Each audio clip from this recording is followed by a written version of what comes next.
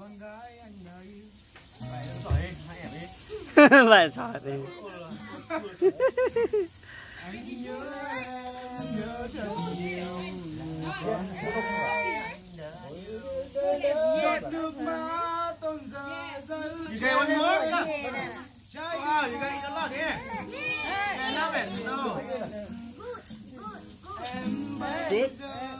Good, good. It finish. It all. Okay. And you get out and tall. Get a tall.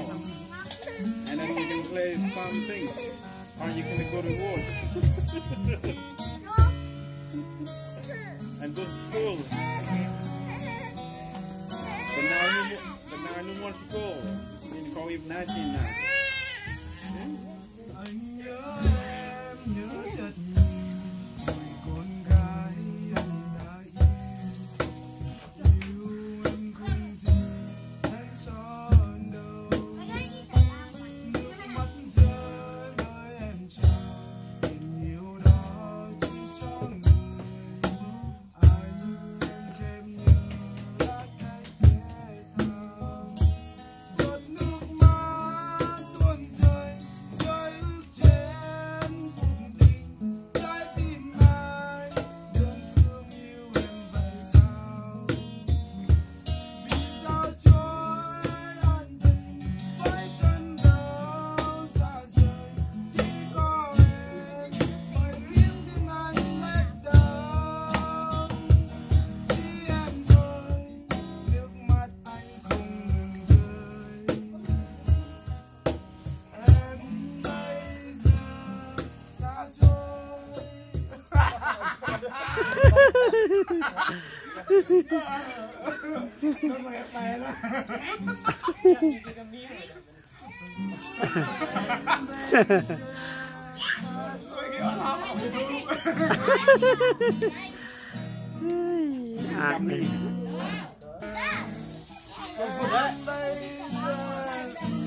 Mẹ hai cái đó đang lên YouTube đó.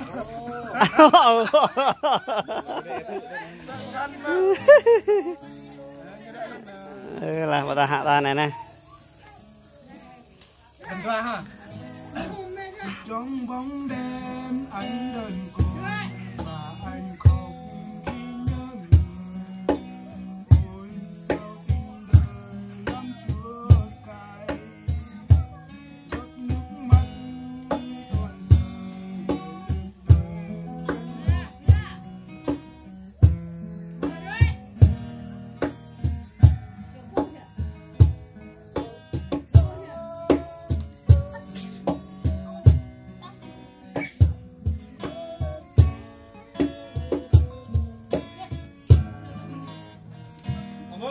sao trôi ân lành với con đau xa Ôi, phá bằng này hả? To tầng ngoài là chủ trì trực nhằm như thế này.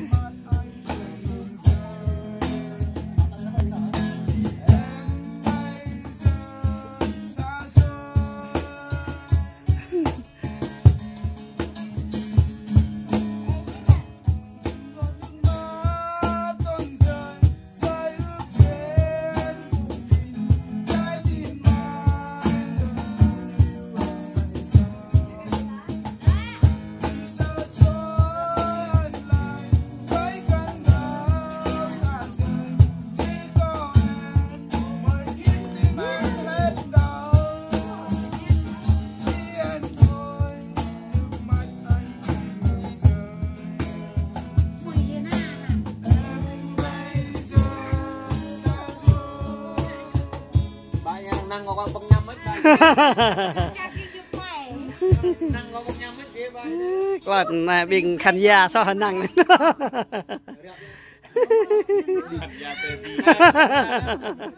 Này có trực tiếp nhâm như vậy này nè. Phục vụ. Này mày mày nguyên cái này chú. Dạ đây mày cả nhạc đợi tao còn cả thằng ăn cả nhạc. Nhom nhạc cả máu đề như này. Ta thật làm đề ghét cái ngạn như này. Thật đề như ta này nè. chi nhạc thì như thao mình ăn nè.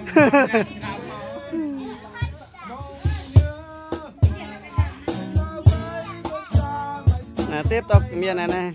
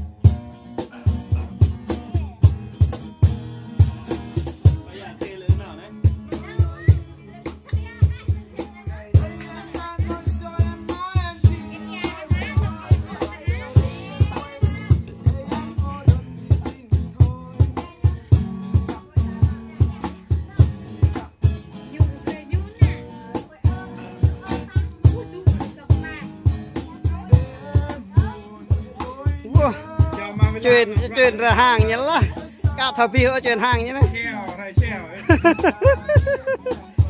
Phục vụ vượt đi to hơn.